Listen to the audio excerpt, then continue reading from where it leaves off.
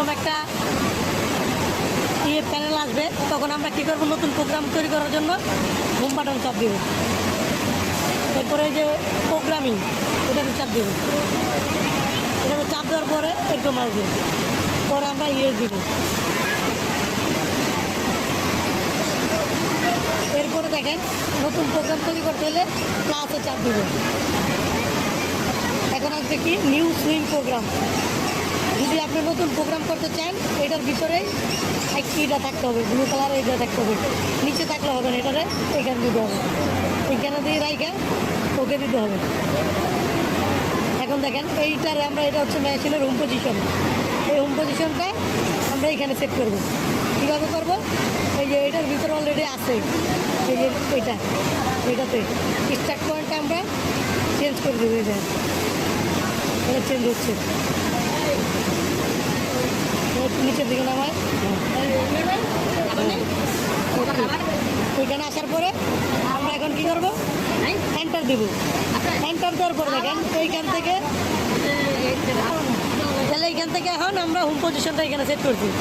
এটার আমরা এইখান থেকে স্টার্ট পজিশন চেঞ্জ করবো। চেঞ্জ করতে হবে, ফিট দিয়ে যাইতে হবে। এই দেখেন এটা হচ্ছে ফিট, ফিট উঠছে, এখানে দিলে ফিট উঠবে। এন্টার। তখন আমরা সামনে যাবো, যেখান থেকে প্রোগ্রাম শুরু করবো।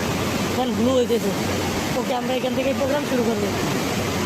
এখানে আসার পরে ডাবল এন্টার। আমাদের ফিটিং হয়ে গেছে, দেখেন ডট ডট হয়েছে। কারণ আমরা এখান থেকে সুইং শুরু করবো।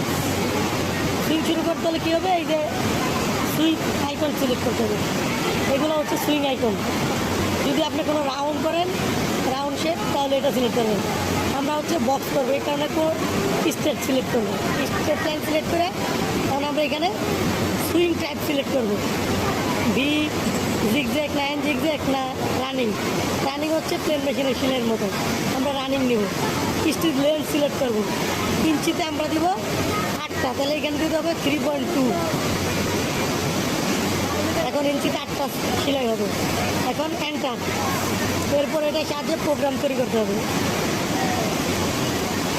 ওকে, আমাদের যেই প্যাটার্ন কাটবো লেদার পেজ অনুযায়ী, এটার লাইন আমরা নিব। নেওয়ার পরে ডাবল এন্টার করে দেবো। অলরেডি সুইং হয়ে গেছে দেখেন।